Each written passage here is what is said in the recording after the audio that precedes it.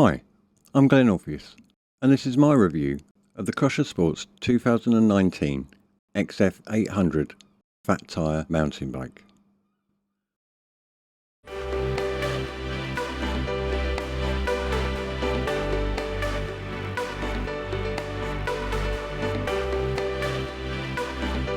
Right, first of all, let's just take a look at the features of the bike.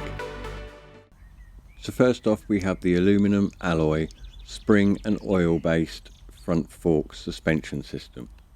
This also comes with a lock-in or lock-out feature depending on the type of terrain you're riding on.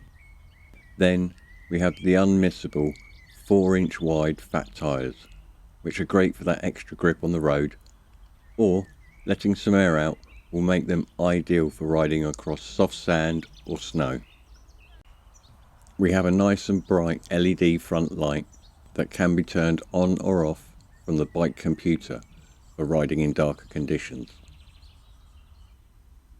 Next we have the battery, which is a 48 volt 13 amp hour lithium battery, which has a waterproof design, a handy USB charging port for your phone or any other USB device, and fully charges in 3 to 6 hours.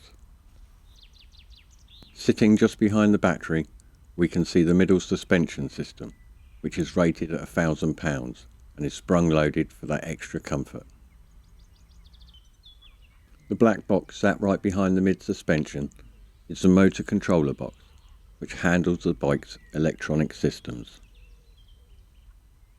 Moving to the back of the bike, we can see the 1000 watt brushless motor, which is said to reach 42 kilometers per hour or 26 miles per hour within 10 seconds.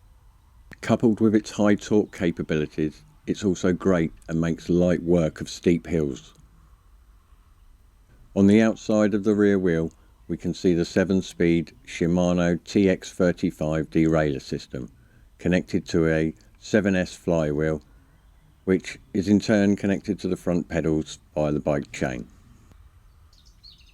Moving round to the rear left side of the bike, you can see the included bike stand and the rear hydraulic disc brake system. The disc is a 203mm diameter and also features power off to the motor when the brakes are engaged, with the same on the front left of the bike.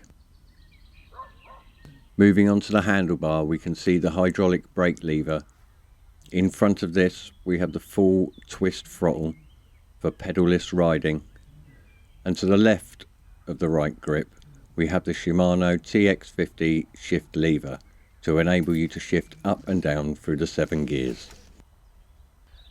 Directly in the middle of the handlebar we have the bike computer, which can display a host of information from distance, environment temperatures, assist mode, battery capacity, speed, single trip time, power output from the motor, motor temperature, headlights and backlight for night riding.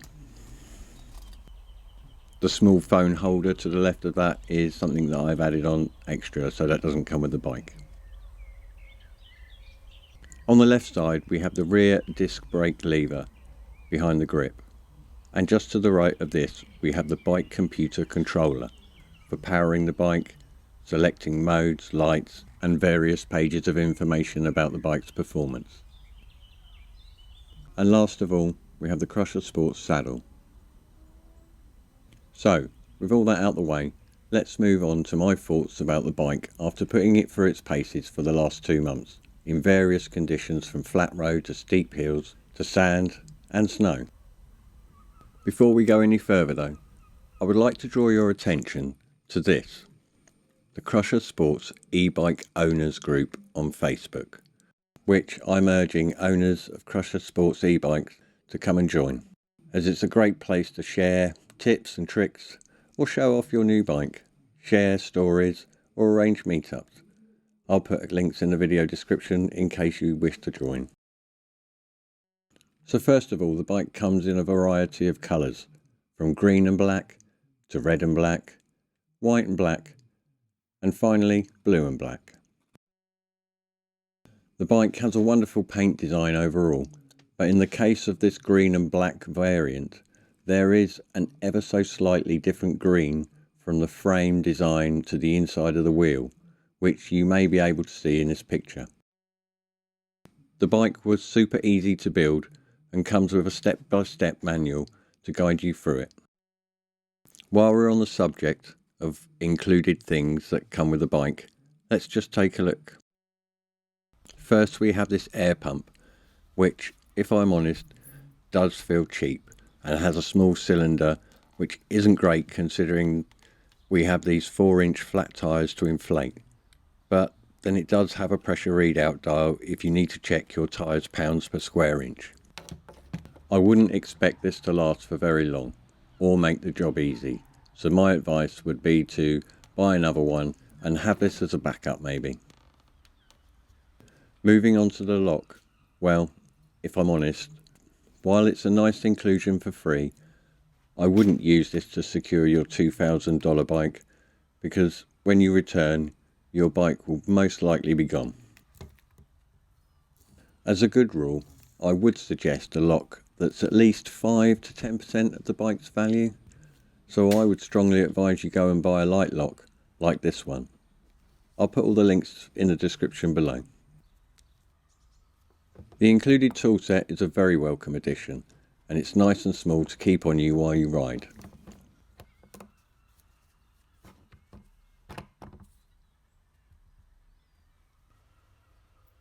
Also included with the bike, we have these dual mud guards, with the long one fitting the rear and the smaller one at the front. And also, all the fixtures and fittings come in this handy red bag.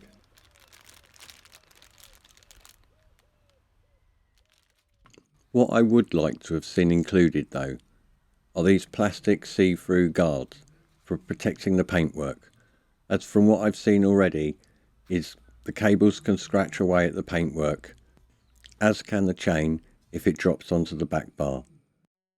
So I highly recommend you buy some if you want to keep your bike looking good. Moving on, the bike computer is great, big enough to see clearly and has a wealth of features. However, there is a cruise function that's been disabled by Crusher Sports by default, so if you do want to re-enable this, I'll do a separate video on how to do this, and also a more detailed look at its features and functions. The cable routing on the bike is very good, with many of the wires hidden within the frame. So, how does it perform, I hear you all ask? Well, for me, I'm a 6-foot guy, weighing around 10.5 stone, or 66.7 kilos if you live outside the UK. And as an example, in Pedal Assist 2, I managed to cover 49 miles before the battery died, and 27 miles on Pedal Assist 5. Both results were from riding a bike on a flat surface with no hills or steep climbs. I only managed to get the bike to 28 miles an hour with Pedal Assist 5 and around 3 pedal rotations per second and a big strong wind behind me, which is not something most will be able to keep up for long anyway.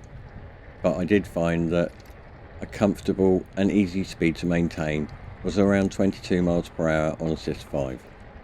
Just using the twist throttle, I managed to attain a speed of 22.9 miles per hour. Right, so what we're going to do is a test, which is just a throttle test.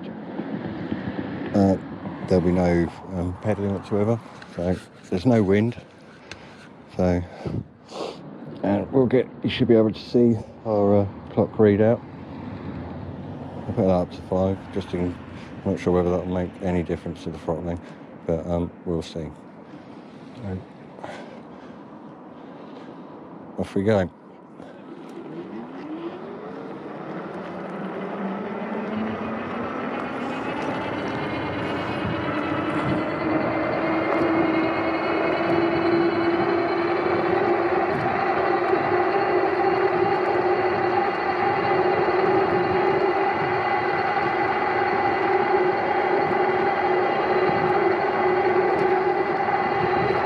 It seems to be pretty maxed out, 22.9. My biggest and only real gripe about the bike is the battery readout on the bike computer. as I'll be honest, it's quite vague. As you can see here, the battery just dropped to 2 bars and shows a distance of 18.6 miles. So this would give you the impression that it would run out of charge at around 36 miles. However, as you can see here, it actually ran out at 49.3 miles. So that meant I travelled a further 30.7 miles on the last 2 bars, which is quite a big difference. You can, however, check the battery status on the battery itself, and I found this way to be more accurate and easier to gauge how much battery you have remaining.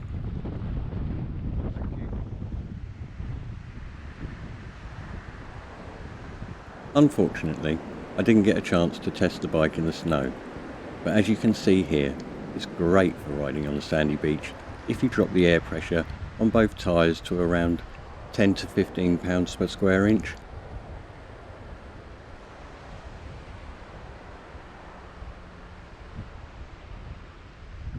Once riding on the sand though, I would highly recommend you wash your bike immediately, as it can damage any moving parts with its abrasive nature. But also, the salt in the sand can speed up and cause rust to appear on your bike.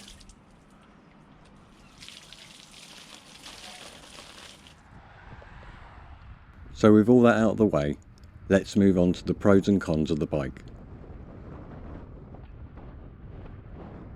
Pros. The 1000 watt high torque brushless motor. The front LED headlight. Extensive bike computer with backlight. A 13 amp hour battery with quick charge 3 to 6 hours. A charging port on the battery. Hydraulic disc brakes. Dual suspension. 4-inch fat tyres for multiple purposes. Good cable management. Cons.